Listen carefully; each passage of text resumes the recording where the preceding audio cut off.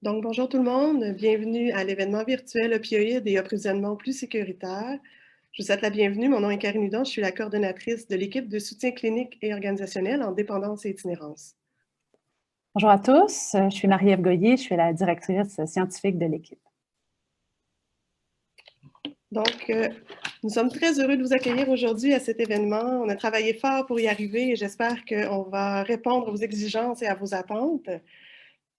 Nous sommes heureux de vous accueillir aujourd'hui. Cette activité est soutenue grâce à un financement qui provient d'un projet qui se déroulera jusqu'en 2024 sur l'approvisionnement plus sécuritaire.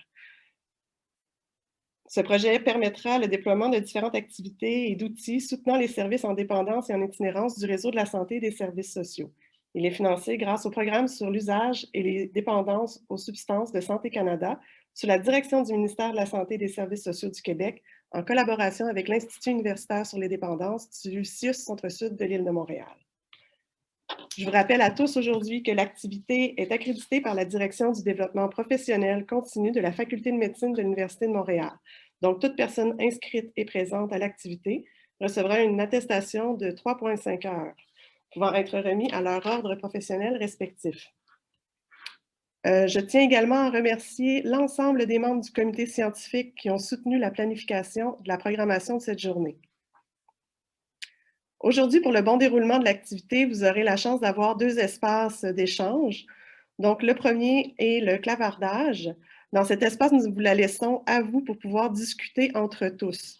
Cependant, pour assurer que la discussion ait lieu avec l'ensemble des gens qui participent à l'événement, je vous invite à aller choisir conférenciers et participants. Sinon, vos discussions seront lancées seulement aux conférenciers et non vues par l'ensemble des participants.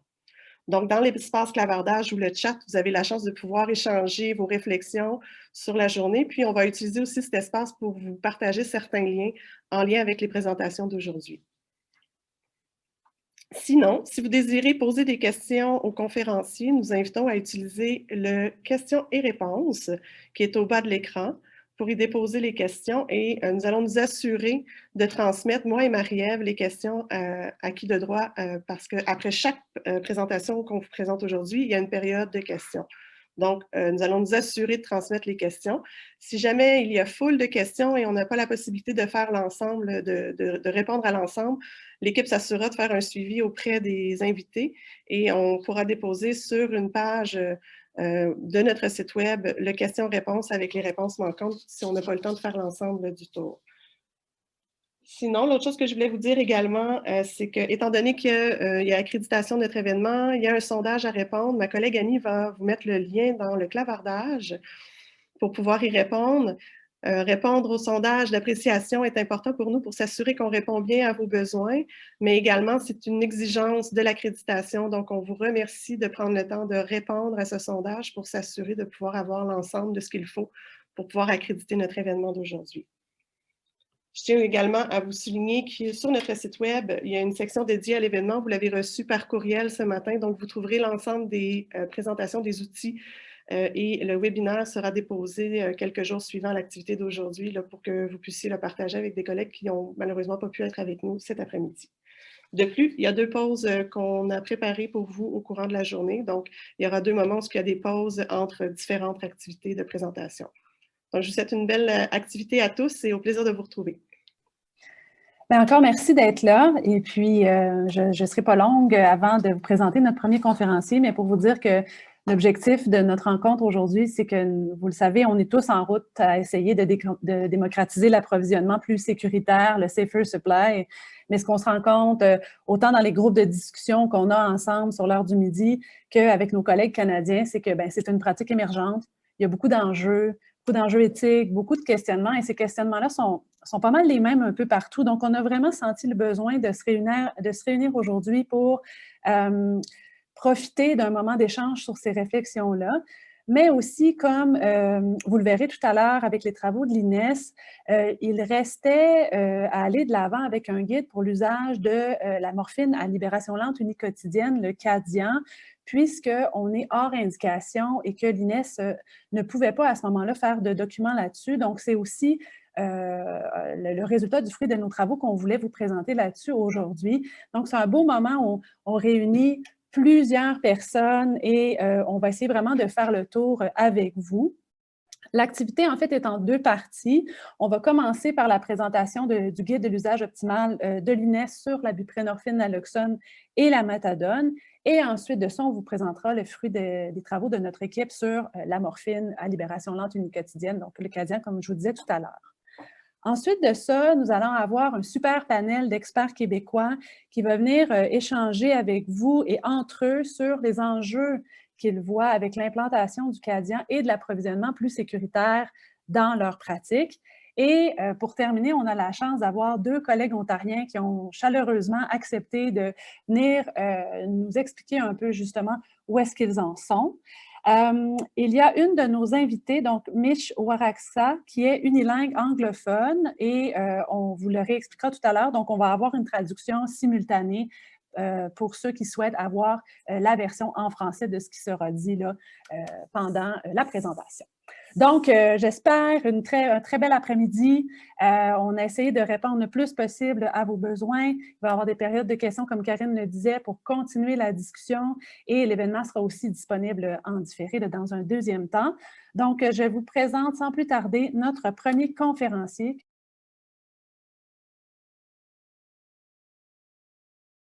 Je suis contente de vous présenter le prochain bloc, un bloc qu'on a travaillé fort au cours des 9 derniers mois afin d'arriver à des résultats pour vous les présenter aujourd'hui. Donc, nous allons présenter dans le prochain bloc l'outil que nous avons préparé sur l'utilisation de la morphine à libération lente uniquotidienne pour le TAO au Québec. Mais avant d'arriver à l'outil, on a la chance d'avoir Élise avec nous qui va venir présenter la littérature et Philippe Arbour, pharmacien du CHUM, qui va venir présenter la recommandation québécoise. Quand pour y arriver, on a utilisé une méthodologie GREAT pour s'assurer de pouvoir avoir une recommandation qui répondait aux besoins québécois des prescripteurs. Donc, j'inviterai Élise à ouvrir sa caméra. Élise est professionnelle de recherche avec nous, elle est membre de l'équipe et elle travaille sur le volet pharmacopée du guide clinique québécois des TO en cours de développement. Donc, Élise, je te laisse partager l'écran pour les présentations, puis par la suite, avoir la chance d'avoir Philippe Arbault, pharmacien au CHUM, qui était membre du comité expert ayant produit la recommandation québécoise sur l'utilisation de la morphine à libération lente uniquotidienne dans le traitement, pour l'utilisation dans le cadre du traitement par agoniste opioïde. Et en troisième lieu, il y a Julie qui va suivre, Dr. Julie Orman, qui est médecin résidente en psychiatrie, qui est collaboratrice à notre équipe pour le développement du guide clinique québécois en TO. Donc, Élise, je te laisse la suite. Donc, bonjour à tous. Alors, je vais vous présenter la revue de littérature sur la morphine à libération lente uniquotidienne, que je vais aussi appeler l'AMLU. Donc, je n'ai pas de conflit d'intérêt. Alors, la méthodologie, donc d'abord un cours historique. Donc, au Canada, la morphine à libération lente uniquotidienne est approuvée pour traiter la douleur, mais elle est hors indication en TAO. Elle est par contre approuvée en TAO dans plusieurs pays d'Europe, comme le sèvre longue utilisé en Suisse, par exemple. Donc, d'où on est parti en 2013, une revue systématique Cochrane, écrite par Ferry, a été publiée et a évalué l'efficacité de l'AMLU en TAO. Et en 2018, l'ICRAS a publié des lignes directrices qui incluent l'utilisation de l'AMLU en TAO. Donc, nous avons effectué une rapid review, qui est une revue structurée et rapide de la littérature. Et pour ces travaux, l'ICRAS a retenu des articles jusqu'en novembre 2016. Donc, on est parti de cette date pour inclure les articles allant jusqu'à l'été 2020. Et nous avons consulté 4 bases de données et les études retenues sont analysées de manière narrative. Donc, sur les quelques centaines d'articles identifiés, nous avons finalement retenu 3 articles, dont 2 revues systématiques et une étude clinique. Je vais vous présenter rapidement ces articles dans les diapos suivantes. Donc, notre premier article est la revue systématique avec méta-analyse de Mosol en 2017. L'objectif était d'évaluer les effets de l'utilisation de l'AMLU ou de la lévométhadone en TAO pour les TUO, comparativement à la buprénorphine naloxone et la méthadone. Les issues de traitement recherchées étaient rétention en traitement, satisfaction du patient utilisation d'opioïdes et autres substances et événements indésirables. Il a finalement retenu 3 essais contrôlés randomisés, incluant au total 460 participants. Ensuite, on a la revue systématique avec méta-analyse de CLIMAS en 2019. Donc, son objectif était d'évaluer l'efficacité de l'AMLU comme traitement des TUO comparativement à la méthadone. Et les issues de traitement recherchées étaient la rétention en traitement, l'utilisation d'héroïne et les envies impérieuses de consommer. Il a retenu 4 essais contrôlés randomisés, incluant au total 471 participants. Notre dernier article est une étude transversale de Gasberger en 2019. Donc, son objectif était d'évaluer l'efficacité de la buprenorphine et de l'AMLU comparativement à la méthadone sur la réduction de l'utilisation concomitante d'héroïne et de cocaïne. Il a recruté 105 participants. L'étude a duré 3 mois et les patients recevaient leur traitement habituel de méthadone, buprenorphine ou de MLU. Et comme mentionné, il existe 4 essais contrôlés randomisés impliquant l'AMLU en TAO. Rapidement, ces études contenaient entre 11 et 276 participants pour une durée allant de 12 à 24 semaines. Donc, je vais maintenant vous présenter les données probantes qui ont été documentées par issue de traitement. En ce qui concerne la rétention en traitement mesurée par les taux d'abandon, nos 2 revues systématiques récentes avec méta-analyse et 2 autres revues systématiques moins récentes sans méta-analyse ont toutes démontré qu'il n'y avait pas de différence significative entre l'AMLU et la méthadone. Et les auteurs ont également noté des taux de rétention similaires à la méthadone. Alors, concernant l'utilisation d'opioïdes, juste pour information, l'héroïne a été rapportée de façon consistante dans les études, et c'est ce qui a permis aux revues systématiques de l'inclure comme résultat et même de faire des méta-analyses sur cette variable, contrairement à d'autres opioïdes qui ne sont d'ailleurs pas mentionnés, mais qui sont juste rentrés dans la catégorie opioïdes illicites. Mais quoi qu'il en soit, d'après les dernières revues systématiques, il n'y aurait peu ou pas de différence significative entre l'AMLU et la méthadone sur la co-utilisation d'opioïdes et d'héroïne. Aussi, il semblerait que la buprenorphine soit plus efficace que l'AMLU et que la méthadone. Par contre, l'essai contrôlé randomisé de Beck a pu démontrer un lien entre l'augmentation de la dose de l'AMLU et la diminution de l'utilisation d'héroïne. Et d'autres études non randomisées vont également dans ce sens. Ensuite, concernant la co-utilisation de cocaïne, il n'y aurait pas de différence significative entre l'AMLU, la méthadone et la buprenorphine. Et concernant les benzodiazépines, il n'y aurait également pas de différence entre l'AMLU et la méthadone. Alors, satisfaction et qualité de vie. Donc ici, on parle de satisfaction du traitement, de fonctionnement social, de bien-être général, de santé mentale et physique. Et ça inclut aussi les envies impérieuses de consommer des substances, mais qui seront présentées à la prochaine diapo. Donc sur ce sujet, on a des données contradictoires. Les revues systématiques récentes et plus anciennes ne se prononcent pas de manière franche. Il y aurait possiblement une supériorité de l'AMLU sur la méthadone, mais les auteurs concluent que les preuves sont trop incertaines. Mais si on prend quand même le temps de regarder quelques études individuellement, par exemple l'essai contrôlé randomisé de Eder en 2005, on aurait un possible avantage de l'AMLU sur les symptômes dépressifs, l'anxiété et douleur. Et d'après les études secondaires de Beck, on aurait également un avantage en termes de satisfaction sous traitement et d'amélioration de santé mentale. Et des données anecdotiques penchent aussi en faveur de l'AMLU. L'essai contrôlé randomisé de Clark en 2002 nous montre, lui, une absence de différence significative. Et à l'inverse, l'étude randomisée de Giacomusi montre une satisfaction globale rapportée inférieure avec l'AMLU qu'avec la méthadone et la buprenorphine. Ensuite, concernant les envies impérieuses de consommer en général, elles seraient moindres avec l'AMLU qu'avec la méthadone, bien que les résultats soient inconsistants.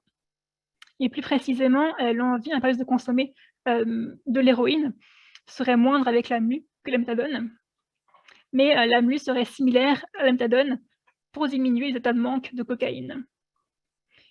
Et on aurait par contre un avantage de l'AMLU comparé à la méthadone pour les symptômes de sevrage.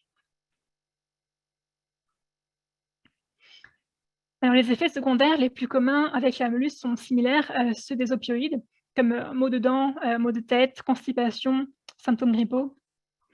Les revues systématiques récentes ne démontrent pas de différence significative entre l'AMLU et la méthadone, mais les données sont trop incertaines pour estimer l'effet comparatif des différentes molécules sur l'ensemble des événements indésirables, incluant les symptômes physiques, les événements indésirables sérieux et le risque de mortalité. Un avantage de l'AMLU est toutefois possible. Par exemple, la revue systématique de GQ en 2011 a montré que l'AMLU a été associé à des événements indésirables moins nombreux et moins graves, en particulier chez les patients présentant des événements indésirables importants liés à la méthadone. On a aussi un avantage certain de l'AMLU comparativement à la méthadone sur l'intervalle QTC. Et possiblement un plus faible risque que la méthadone en termes d'interaction médicamenteuse.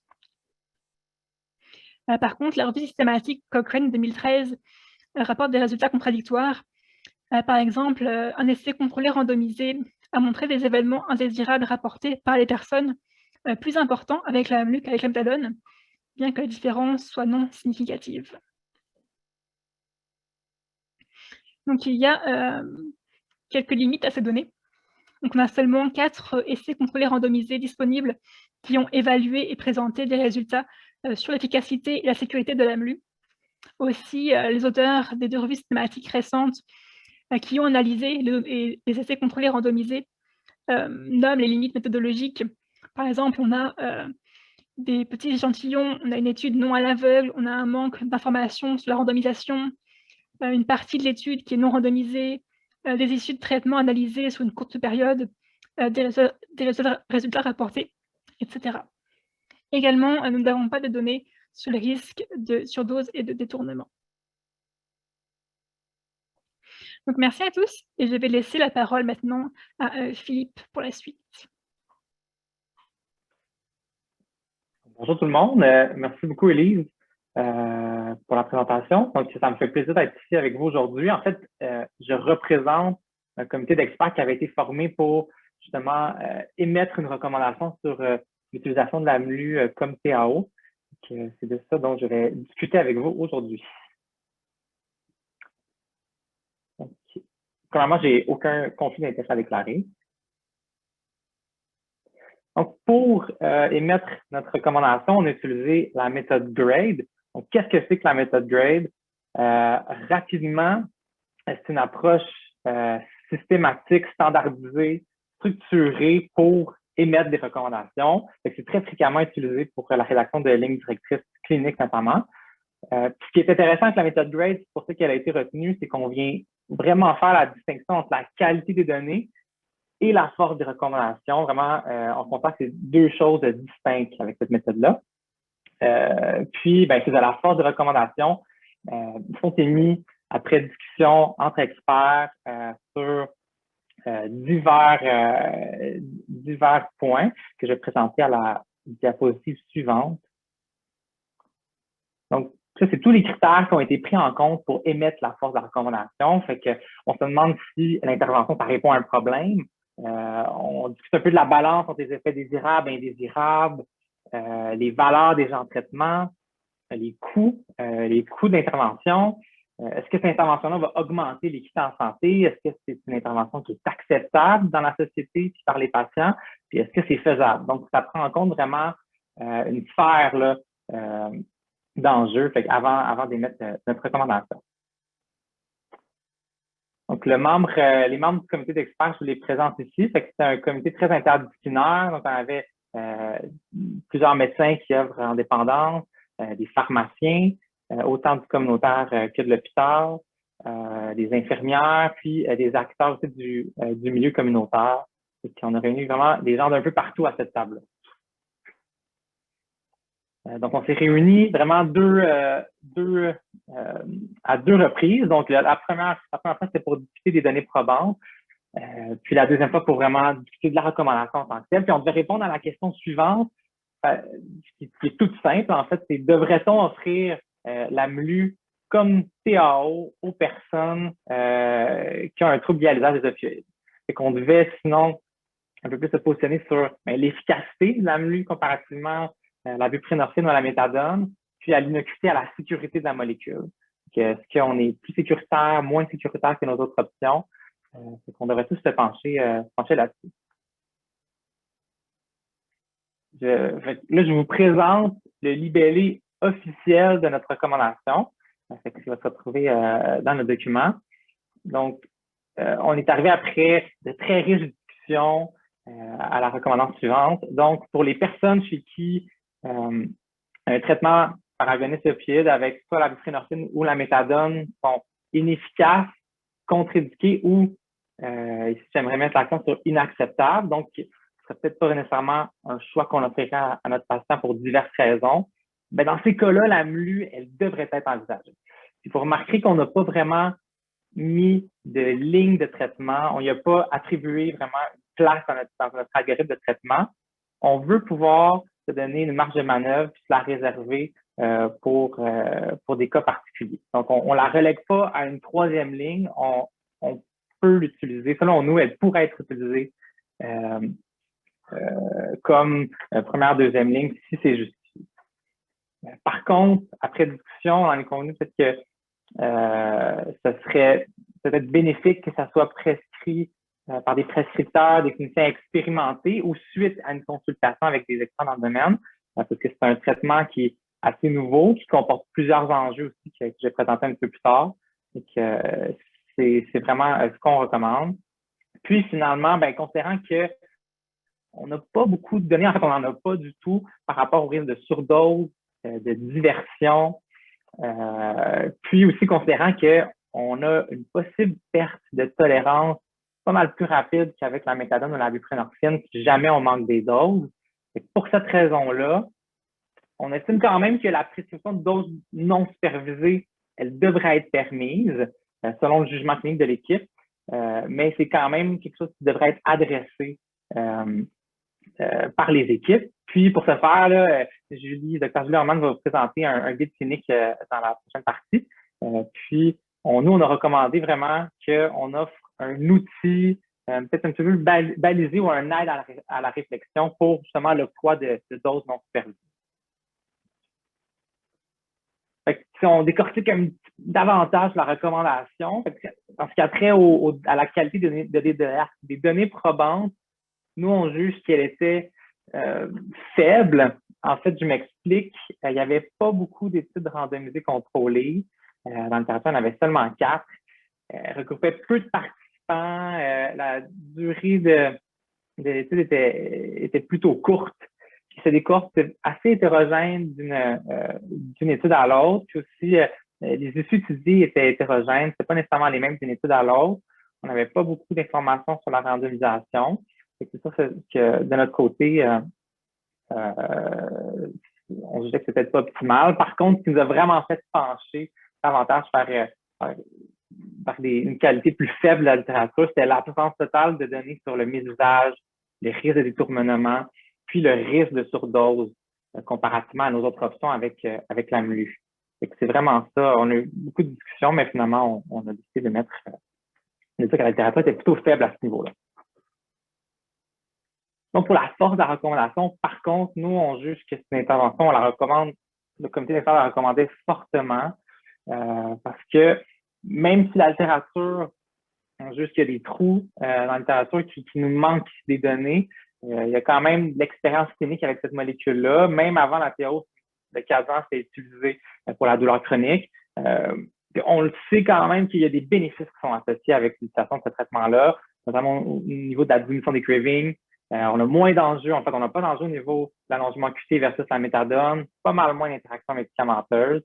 Puis dans le contexte aussi, en ce moment qu'on avait pas mal juste 2 options comme TAO, on juge que on pourrait difficilement se passer d'un autre outil, un autre outil. Fait que on peut pas vraiment se passer de l'AMLU. Donc, ça va, je pense que ça va être très bénéfique maintenant de s'en servir. Sinon, ça va nous permettre d'aller chercher des personnes qui étaient en échec thérapeutique, qui n'avaient pas répondu au traitement traditionnel, puis qu'on n'avait rien d'autre à offrir. Fait que ça, c'est super intéressant. On peut aller rechercher certains patients. Puis, par contre, il y avait l'enjeu du coût qui était légèrement plus élevé avec l'AMLU.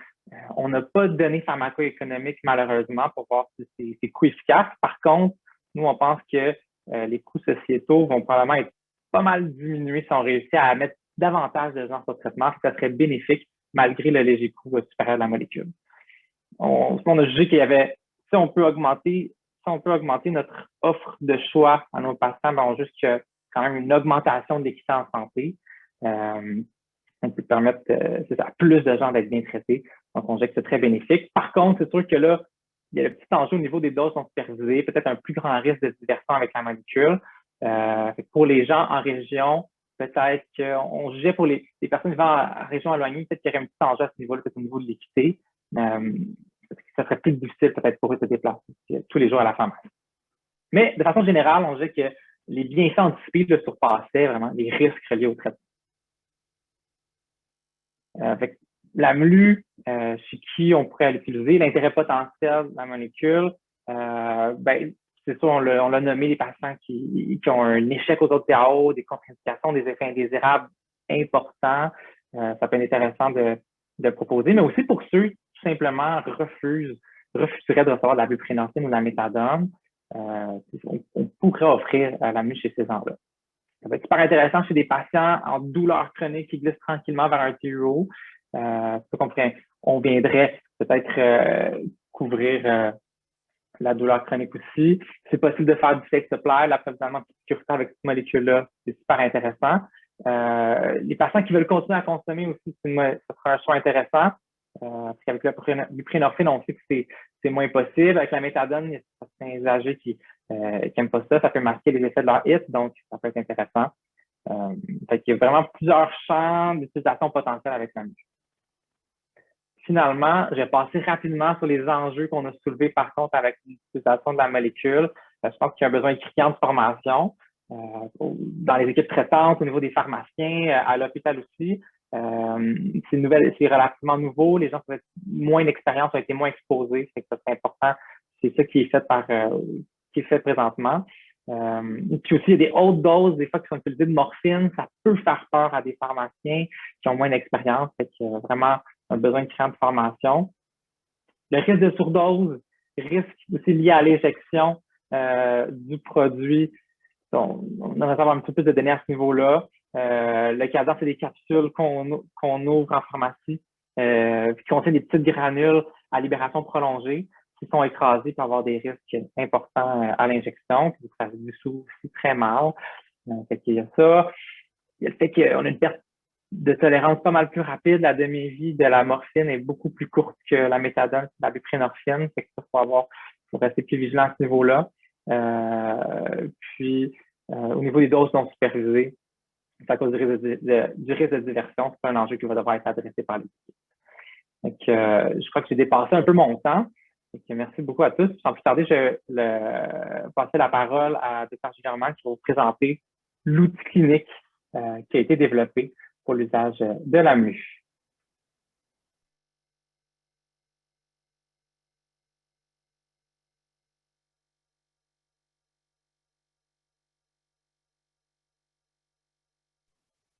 Julie, ton micro il est fermé. Julie, ton micro est fermé. Oups! Bonjour! Excusez-moi. Avec le micro ouvert, ça va toujours mieux. Est-ce que vous m'entendez bien? C'est parfait. OK. Donc, je recommence. Alors, je vais vous présenter le guide d'utilisation de la morphine à libération lente uniquotidienne, que je vais aussi appeler MLU et Cadian durant la présentation.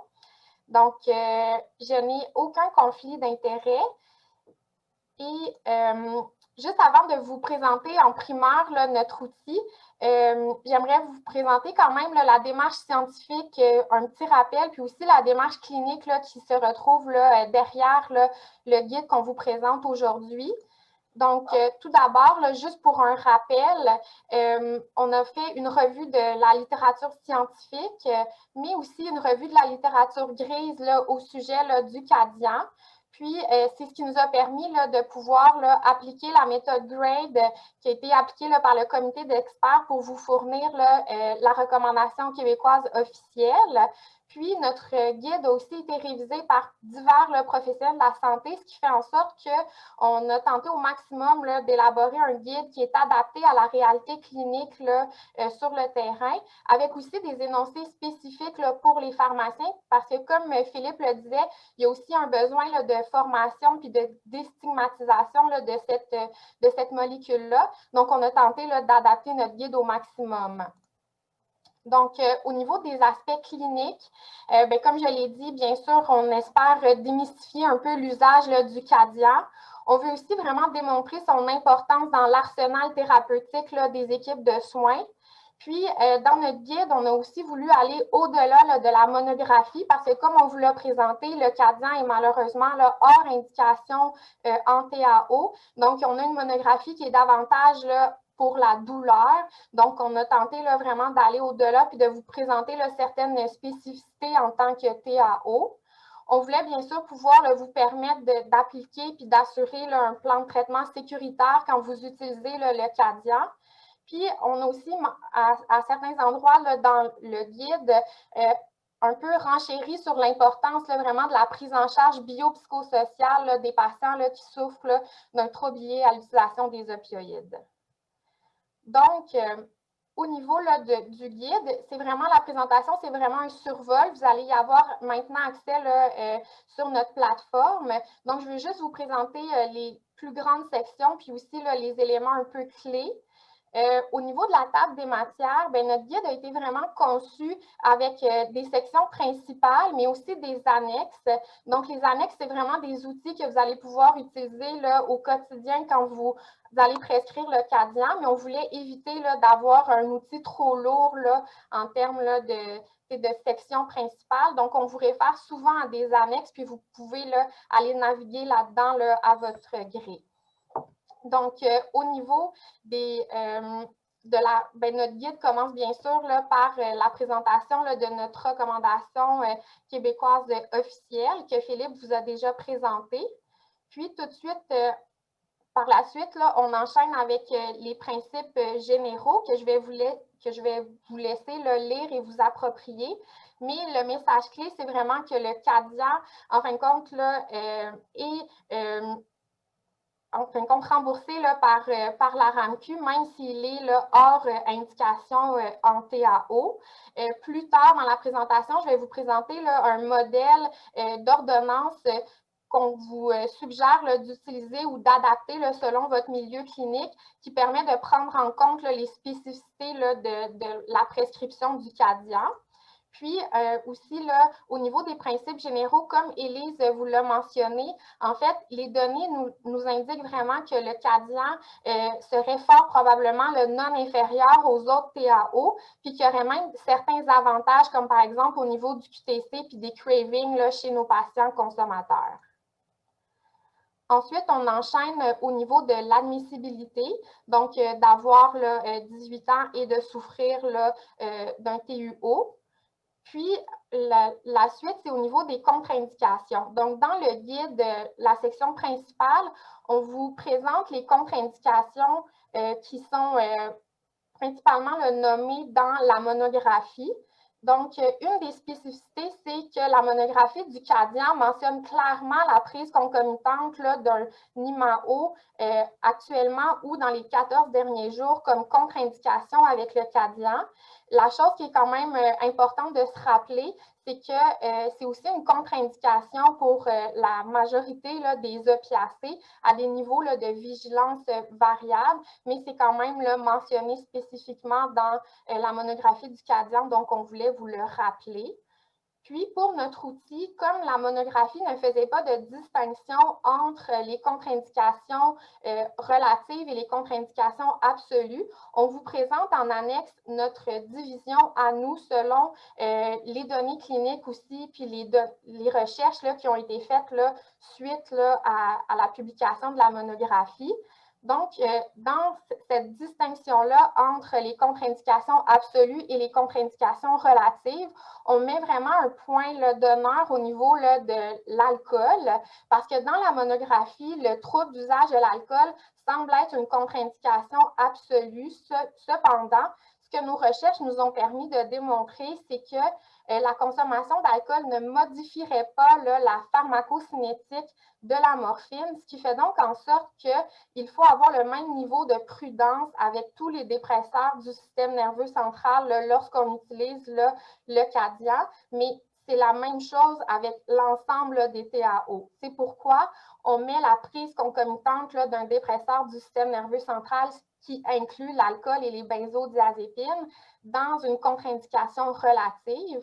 On vous mentionne l'importance d'avoir cette discussion-là avec l'usager pour qu'il comprenne bien les risques qui sont associés à la prise du Cadian et d'un dépresseur, mais on mentionne quand même en contre-indication absolue l'état d'intoxication aiguë à un dépresseur du système nerveux central, comme par exemple, ce n'est pas le bon moment d'induire le Cadian chez quelqu'un qui est fortement intoxiqué à l'alcool ou aux benzodiazépines. Puis, comme vous allez le voir dans notre modèle d'ordonnance, il y a quand même une mention aux pharmaciens de ne pas remettre le Cadian si jamais le patient semble clairement intoxiqué. Donc, c'est vraiment dans le sens de la contre-indication, plus au niveau de la dépression respiratoire chez quelqu'un qui a une intoxication aiguë, mais le trouble de l'usage de l'alcool, avec le recul clinique et aussi là, les données qu'on a, n'est pas une contre-indication absolue à utiliser le Cadian. Nous enchaînons ensuite là, avec la section d'évaluation avant le traitement. C'est grosso modo là, les mêmes principes que lors de l'induction de tous les TAO. La seule chose qu'on mentionne, c'est l'importance d'obtenir le consentement libre et éclairé du patient, mais aussi de bien documenter dans le dossier pourquoi vous vous dirigez vers l'utilisation du Cadian. Puis, comme le Cadian n'est pas encore bien connu de l'ensemble de la population médicale, mais aussi là, des patients, on vous a fourni en annexe vraiment un peu un outil clinique que vous pouvez présenter au patient, lui faire lire, qui est vraiment, dont le but, c'est vraiment vulgariser qu'est-ce que le Cadian pour que le patient le comprenne bien, qu'est-ce que ça l'implique. Puis, cette annexe-là, qui aide le patient à faire un choix éclairé de sa molécule de TAO, se termine par l'importance de fournir une trousse de naloxone au patient. Donc, c'est aussi pour rappeler au patient l'importance qu'il ait toujours avec lui sa trousse de naloxone. Au niveau des principes de traitement, on enchaîne ensuite avec l'administration. Donc, ça aussi, c'est des sections qu'on va vous laisser lire puis vous approprier. Mais les éléments importants, c'est que comme on n'a pas encore de données sur les risques de diversion associés au Cadian, on recommande que les capsules soient ouvertes dans du pudding, du yogourt ou de la compote. On sait qu'en clinique, en pharmacie, en fait, que les capsules sont aussi ouvertes dans de l'eau, que ça, c'est sécuritaire tant que les granules sont consommées immédiatement après avoir été ouvertes dans le verre d'eau. On veut vous mentionner qu'on n'a pas mentionné le jus dans l'outil parce qu'on n'a pas de données qui confirment qu'il n'y a pas de changement au niveau pharmacocinétique de la morphine quand on le mélange avec du jus, même si on sait qu'en clinique puis en pharmacie, la méthadone est mélangée avec du jus.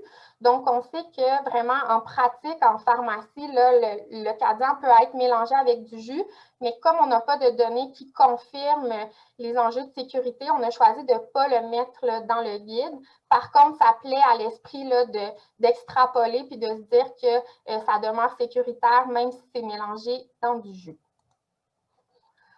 On enchaîne ensuite avec les doses non supervisées.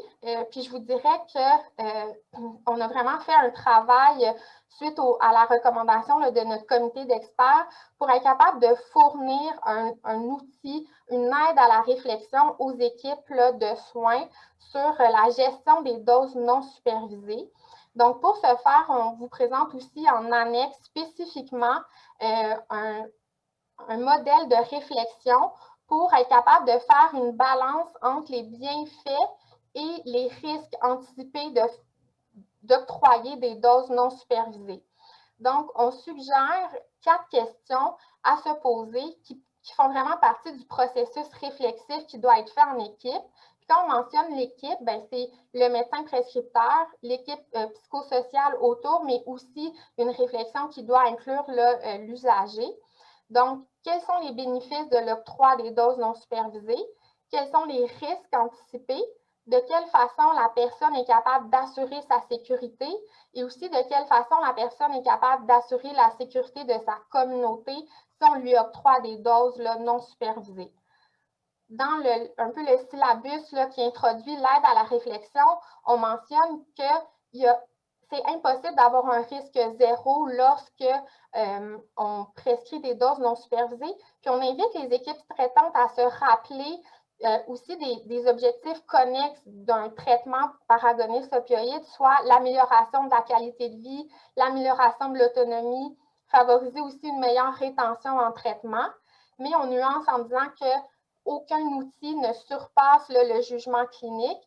Puis, on ajoute aussi l'importance de colliger dans le dossier un peu le processus réflexif qui a amené à autoriser des doses non supervisées pour être certain que tout soit sécuritaire à ce sujet-là. Au niveau de l'ordonnance, un point intéressant à savoir, c'est que les capsules de Cadian, c'est du 10, 20, 50 ou 100 mg. Donc, parfois, ça peut être intéressant au niveau des dosages qu'on peut prescrire. Puis, finalement, comme je vous le disais un peu au début de la présentation, on vous fournit en annexe un modèle d'ordonnance. Même si nous, personnellement, on préfère l'appellation de traitement par agoniste opioïde à celui de traitement de substitution, il est encore nécessaire de mentionner traitement de substitution sur la prescription de Cadian. Puis ça, c'est vraiment pour permettre aux pharmaciens de recevoir les honoraires adéquats au niveau de la RAMQ. C'est pourquoi sur notre ordonnance, on mentionne les deux appellations. On enchaîne ensuite avec les principes d'induction, dosage et stabilisation. Ce qu'on a mis un peu en message clé, c'est que le Cadian et l'approvisionnement plus sécuritaire peuvent être utilisés en combinaison, autant lors de l'induction que dans la phase de stabilisation du traitement. Mais je vais laisser mes collègues du panel plus tard vous présenter un peu plus spécifiquement ce qui est possible de faire au sujet de l'approvisionnement plus sécuritaire. Mais on vous rappelle aussi l'importance, encore une fois, de fournir la trosenaloxone et aussi de discuter des stratégies de réduction des méfaits, comme par exemple la distribution de matériel de consommation sécuritaire, l'enseignement sur les ressources communautaires qui sont accessibles pour les usagers. Puis, on enchaîne au niveau d'un tableau qui vous présente un peu les possibilités en termes d'induction et de stabilisation. Donc, on a tout d'abord, lors d'un transfert de la méthadone vers le Cadian, donc le ratio d'induction, c'est 1 pour 4 au niveau de méthadone vers Cadian, avec souvent une dose de stabilisation qui va se retrouver avec un ratio de 1 pour 6 ou 1 pour 8, mais il y a des études qui mentionnent un ratio allant jusqu'à 1 pour 11, excusez-moi, je ne me rappelle pas par cœur, 11,8. Puis, au niveau des doses vraiment de stabilisation, la littérature nous parle de doses entre 60 mg et 1200 mg. Cependant, avec le recul clinique qu'on a, on peut effectivement confirmer que des doses supérieures à 1200 mg sont nécessaires, surtout chez nos grands consommateurs. Puis quand on parle de grands consommateurs, on parle de personnes qui sont souvent bien connues par les équipes traitantes. C'est pourquoi on conseille de se référer quand même à une équipe spécialisée si jamais on a à aller au-dessus de 1200 mg.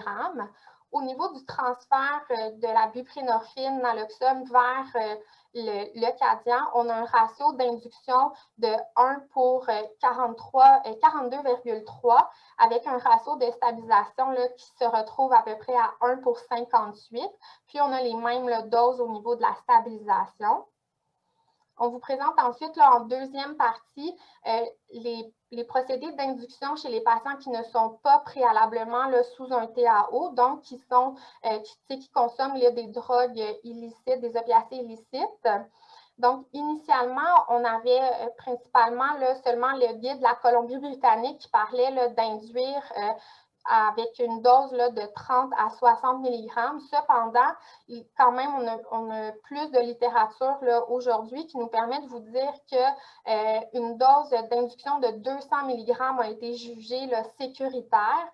Puis, on a aussi là, les protocoles suisses avec le Sevrolone qui mentionnent qu'on peut induire avec 200 mg. Puis, pour les patients qui présentent des symptômes importants de sevrage, même après 200 mg, en Suisse, ils ajoutent un 120 mg supplémentaire jour 1, ce qui fait en sorte qu'on a une dose totale jour 1 qui peut aller jusqu'à 320 mg.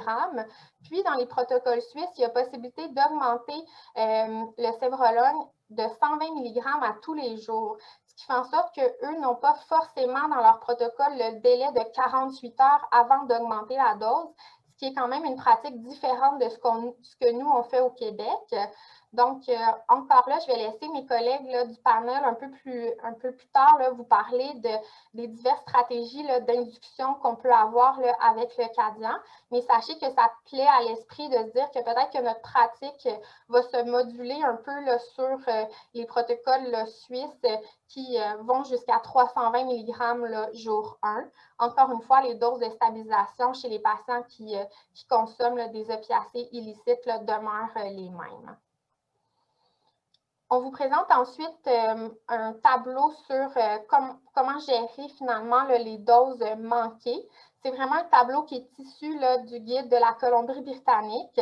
Donc, nous, on n'a pas encore suffisamment de recul là, pour proposer quelque chose là, de différent. Comme Philippe vous l'a mentionné, il y a quand même une perte de tolérance là, plus rapide avec le Cadian, ce qui fait en sorte qu'il y a des ajustements de dosage qui sont nécessaires là, dès là, 2 doses consécutives là, manquées. Donc, vous pourrez vous référer à ce tableau-là là, si jamais des ajustements sont nécessaires là, dans votre clientèle. Au niveau là, des précautions à prendre lorsqu'on induit ou qu'on a un patient stabilisé là, sous Cadian, c'est grosso modo les mêmes effets indésirables là, que les autres TAO. Au niveau là, de la spécificité du Cadian, je vous dirais que c'est vraiment au niveau du métabolisme et de l'élimination. Donc, c'est un métabolisme par glucoroconjugaison hépatique, ce qui fait en sorte qu'il y a moins d'interactions médicamenteuses qu'avec la méthadone, par exemple. Puis, c'est une élimination rénale. Comme il y a quand même un aspect hépatique et rénal, on vous a aussi mis en annexe là, les ajustements de dosage qui sont nécessaires en insuffisance hépatique et en insuffisance rénale, avec aussi une mention spéciale pour notre clientèle gériatrique. Donc, quand même de ne pas oublier que l'âge modifie la modifie la capacité du corps au niveau de la pharmacocinétique des médicaments, donc aussi un ajustement nécessaire chez notre clientèle gériatrique. Au niveau des précautions, bien sûr, on vous présente là, les interactions médicamenteuses. On vous les présente sommairement dans la partie principale, mais on vous a mis en annexe vraiment beaucoup plus d'informations étoffées de qu'est-ce qu'on doit réfléchir là, au niveau de l'interaction médicamenteuse avec diverses molécules. Puis, je vous dirais qu'au niveau des précautions, mais la chose à ne pas oublier, c'est vraiment les risques reliés là, à l'injection du Cadian.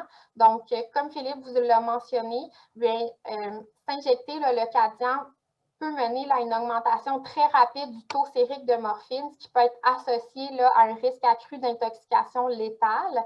Puis l'autre chose aussi, c'est que la MLU est beaucoup moins soluble que la morphine ou que d'autres opiacés sous ordonnance, ce qui fait en sorte que son injection comporte plus de risques au niveau des embolies, au niveau des infections ou des lésions veineuses. Puis ça doit vraiment être discuté avec les usagers parce que souvent, ils ne sont pas au fait de ça, puis ils peuvent se mettre là, malheureusement en péril là, si jamais ils s'injectent le Cadian. Puis finalement, on a une mention comme quoi on travaille actuellement là, avec le centre image là, du CHU Sainte-Justine pour être capable de vous fournir des recommandations plus claires concernant l'usage du Cadian en grossesse et en allaitement. Pour le moment, on n'a aucune évidence de tératogénicité directe du Cadian. Cependant, il y a quand même une réflexion à faire là, sur où se situe le Cadian là, dans le plan de traitement des femmes enceintes et qui allaitent. Les données préliminaires là, nous laissent croire que les mêmes recommandations s'appliqueraient chez les femmes enceintes et les femmes qui allaitent. Donc, quand la méthadone ou la suboxone étaient là, soit inefficaces, non tolérées ou inacceptables, parce qu'il faut se rappeler qu'il y a probablement beaucoup plus de risques de laisser une femme enceinte là, sans traitement que, par exemple, avec un traitement là, comme le Cadian. Donc, voilà, c'était vraiment un bref aperçu, puis n'hésitez pas là, à poser là, vos questions. Merci beaucoup, Julie. Merci, Philippe. Merci, Élise. Je vous inviterai à rouvrir tous vos caméras et à Marie-Ève aussi. On a une période de questions. Donc, on invite les participants également à déposer les questions que vous auriez, des besoins de précision ou de compréhension dans le question-réponse pour pouvoir les apporter à nos collègues. Ah, Kenneth, il faudrait juste fermer ta caméra, on est avec nous.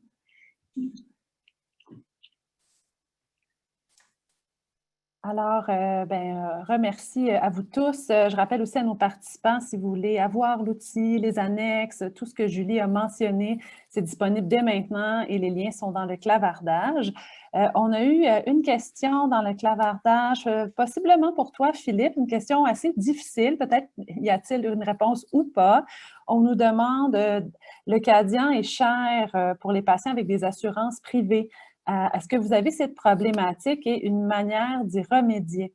Parce que comme Julie l'a bien mentionné, le Cadian est couvert pour l'indication douleur et hors indication par le régime public, mais ça pourrait être très, très disparate au niveau de la couverture des assurances privées en fonction du type d'assurance que les gens ont. Donc, je ne sais pas si Philippe, tu as un commentaire pour nous là-dessus. Oui, ben, d'entrée du jeu, c'est sûr que moi, pour le service de la couverture d'assurance, j'ai peut-être moins d'expérience à l'hôpital, vu que j'exerce en hôpital. Mais c'est vrai qu'au niveau, il peut y avoir des enjeux au niveau de la couverture des assurances privées. Ça a été soulevé. Malheureusement, pour le moment, je pense pas qu'il y ait de solution à proposer à ce niveau-là. C'est sûr que pour tous les patients pour la RAMQ, il n'y a pas de problème. Mais c'est sûr que il pourrait y avoir moyen de peut-être de communiquer avec la pharmacie, peut-être du patient, si c'est une solution qui est envisagée, juste pour essayer d'avoir une idée des coûts qui pourraient être liés. Ça pourrait aussi rentrer dans la réflexion et dans le choix du traitement, très certainement. Tout à fait. Merci, Philippe. C'est important, comme Philippe dit, de s'assurer avec la personne de valider sa couverture quand on fournit une molécule pour s'assurer de sa capacité de pouvoir justement avancer les fonds si c'est nécessaire ou s'il n'y a pas d'assurance, de s'assurer d'être capable de payer la molécule. C'est très, très important. Des fois, on l'oublie. J'aimerais peut-être juste rajouter, Julie a signifié aussi dans sa présentation qu'on avait une collaboration avec le groupe Image du CHU Sainte-Justine, juste pour vous mettre au fait. On va s'assurer de travailler rapidement pour bien prendre en considération la revue de littérature qu'ils nous ont déposée en lien avec les enjeux d'une personne en grossesse ou qui allaite en prenant la molécule du Cadian. Puis un groupe d'experts québécois va être consulté pour s'assurer de ce qu'on va proposer. Donc, ce qu'on souhaiterait, c'est au printemps cette année, pouvoir s'assurer de rassembler les gens autour d'une table et s'assurer que la modification à l'outil va être ajustée. Donc, une version 2 de notre outil devrait être faite dans les prochains mois et vous être remis. Donc, si vous voulez suivre la suite, assurez-vous d'être abonné à nos bulletins d'information. Comme ça, vous allez savoir exactement quand est-ce que cette deuxième version-là de notre outil va être disponible. Alors, j'aurais une question pour vous trois, les panélistes, puis je réitère aux gens de la salle, ne vous gênez pas, là, ça peut être soit dans le Q&A, soit dans le clavardage, là, si vous voulez, si vous avez des questions supplémentaires. Je serais curieuse de vous entendre. On a passé très vite sur l'annexe sur le counseling aux patients, mais à votre réflexion sur c'est quoi les éléments clés que les équipes partenaires devraient aborder avec les personnes quand ils vont parler du Cadian. C'est quand même une molécule avec laquelle on n'est pas beaucoup habitué. Donc, qu'est-ce que vous dites? C'est quoi les grands incontournables que vous utilisez là, quand vous souhaitez aborder la discussion là, de cette molécule-là avec une personne pour qui ça pourrait être un choix de traitement?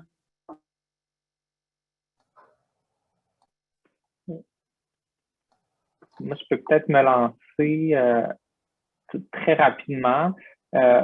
Moi, j'aime ça mettre vraiment plus l'accent sur le risque de perte de tolérance avec les doses manquées. Moi, j'en parle immanquablement si j'ai des patients sous Cadian à l'hôpital.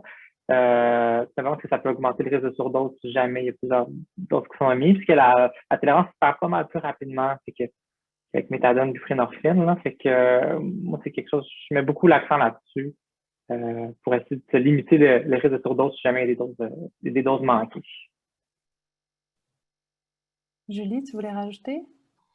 C'est sûr que j'ai un peu un biais là, parce que considérant là, ma pratique plus en psychiatrie, le Cadian peut avoir certains avantages au niveau justement du QTC chez nos patients, par exemple, qui font des psychoses, chez qui on doit mettre là, un antipsychotique ou dépression avec des antidépresseurs. L'autre chose aussi, c'est que chez les patients qui ont été induits ou réinduits avec de la méthadone, avec le 5 jours de délai, parfois, j'essaie d'utiliser une fenêtre motivationnelle pour un peu plus les voir, leur dire, c'est sûr que la majorité des inductions que j'ai faites, c'est à relais, mais de leur dire, l'équipe est là, tu peux revenir aux 2 jours. Puis moi, dans ce temps-là, je m'assure que l'équipe puisse me contacter pour voir quels ajustements là, qui étaient possibles de faire. Donc, parfois, ça permet aux usagers d'être stabilisés puis confortables plus rapidement, comme c'est des ajustements possibles là, aux 2 jours.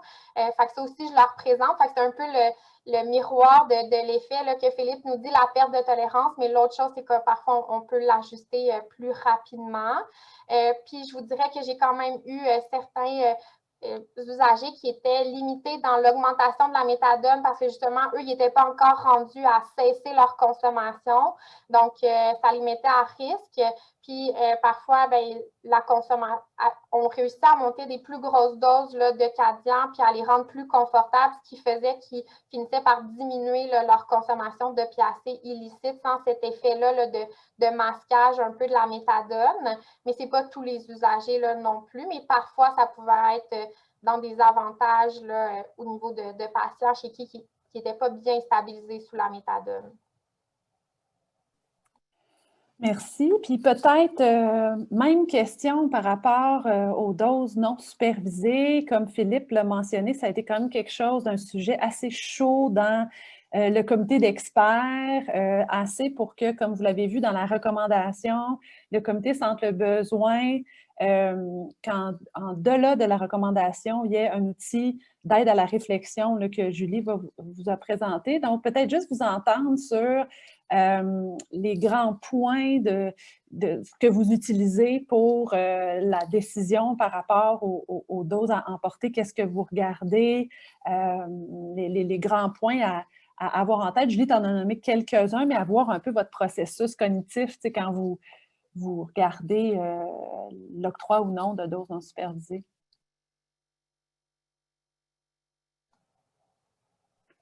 Bien, je dirais en toute honnêteté que l'important, c'est vraiment la discussion d'équipe, mais aussi la discussion avec l'usager, justement, sur sa capacité à assurer sa sécurité, être sûr que les doses ne se retrouvent pas là, dans les mains de d'autres personnes.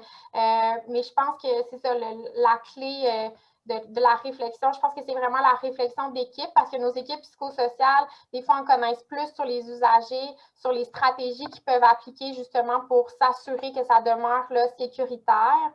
Puis je pense qu'il faut aussi toujours relativiser comme j'ai mentionné dans la présentation, c'est quoi les objectifs connexes du traitement TAO, l'autonomie, vraiment permettre une meilleure qualité de vie, s'assurer qu'on garde les patients en traitement, parce que ça peut faire peur là, de donner des doses non supervisées, mais il ne faut pas nécessairement, je pense qu'il faut peut-être enlever la mentalité de il faut que ça fasse 6 mois, qu'il y ait un logement, puis en tout cas, la mentalité un peu qui nous sécurise peut-être un peu plus nous en tant que prescripteurs. Je pense qu'il faut aller dans une réflexion vraiment d'une balance là, entre les risques et les bénéfices.